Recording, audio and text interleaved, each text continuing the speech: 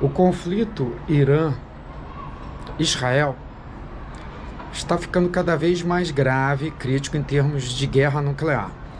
As instalações nucleares do Irã estão sendo atacadas, é um cenário já mapeado há décadas de preocupação, porque o Irã não passa nenhuma credibilidade de que vai usar o material nuclear só para fins pacíficos.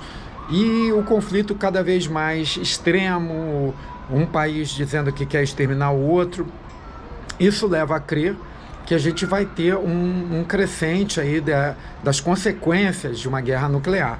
Por enquanto, as instalações estão sendo atingidas no Irã, mas não existe uma evidência, um registro de elevação de radioatividade significativa. Mas tem sido anunciado nas últimas horas um ataque mais contundente em relação às instalações nucleares iranianas. Isso leva a um cenário de uma liberação maior. A gente está falando aqui de uma guerra nuclear onde não são usadas armas nucleares, mas instalações nucleares são atingidas, liberando radioatividade. Então, por enquanto ainda não houve essa liberação, mas ela pode vir a acontecer se os ataques forem mais severos. Uma das possibilidades é a utilização de armamento exclusivo da tecnologia dominada pelos Estados Unidos da América, no sentido de atingir profundidades maiores que 50 metros, 60 metros, onde estariam possíveis centrífugas capazes de enriquecer o urânio. Esse seria um material capaz de formar uma massa crítica e sustentar uma reação em cadeia para uma ogiva nuclear, para uma bomba, né? Então, para evitar isso, você precisa eliminar as centrífugas, as instalações que podem produzir esse material radioativo. E o ataque teria que ser com essas armas especiais, capazes de atingir alvos abaixo da terra, com mais de 50 metros de profundidade.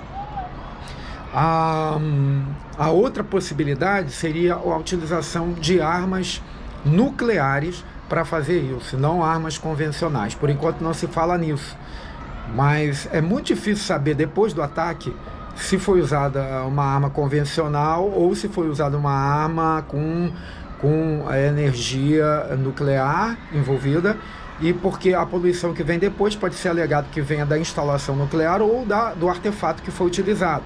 É claro que uma bomba nuclear, os especialistas vão perceber que ela foi utilizada, mas em geral é difícil ao restante da população entender e ter a certeza de que foi usada uma arma convencional ou se foi usada uma arma nuclear.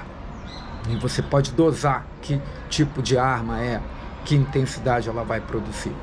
Diante de um quadro como esse, um cenário como esse, algo que já é feito há décadas, que já faz parte da vida das pessoas que trabalham na área nuclear, já deveria estar sendo passado como preparação para a população, tanto de Israel quanto do Irã, no meu entendimento, as populações mais ameaçadas no momento. É o uso de pílulas de iodeto de potássio. O que é isso? É o iodo na sua forma não radioativa, para que as pessoas possam ingerir esse iodo um pouquinho depois do acidente e saturar a sua glândula tireoide com esse iodo não radioativo, para que o iodo radioativo, o iodo na sua iodo 131, né? O isótopo iodo 131, ele é radioativo. Então, ele vai ser liberado em geral, em acidentes nucleares, ele é liberado, é um dos materiais nucleares liberados. Ele fica na atmosfera, ele vai contaminar a água, alimentos, o ar. E se a pessoa tiver com a glândula normal, normalmente, a glândula absorve, a tireoide absorve iodo para usar para produzir seu hormônio.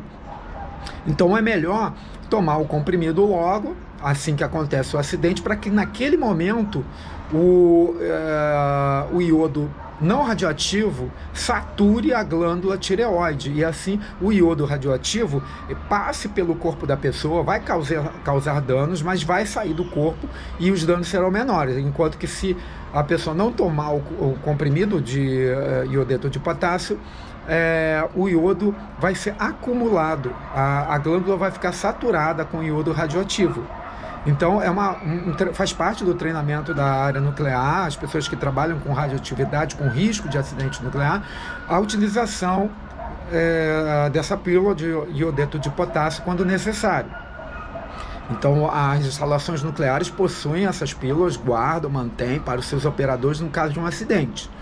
E num caso de ameaça de guerra para grandes populações, aqueles que não conseguirem sair das áreas contaminadas, das áreas irradiadas, deveriam, no meu entendimento, já serem orientadas a manterem o acesso a essas pílulas que são distribuídas normalmente na situação ou próximo do risco de uma emergência como essa.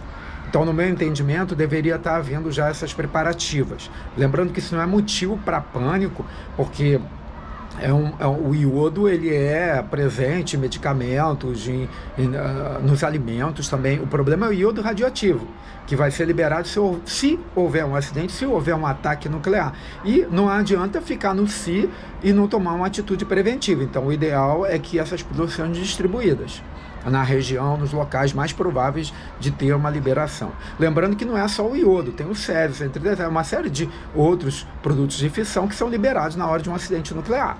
Mas o iodo tem essa propriedade de ficar retido na tireoide. Então ele é um que a gente consegue mitigar usando a pílula. Não adianta usar a pílula com antecedência. É importante dizer isso, que as pessoas já aconteceram casos das pessoas comprarem pílula para... Não adianta. Tem que usar se acontecer o acidente. E também não adianta usar muito depois. Tem que ser...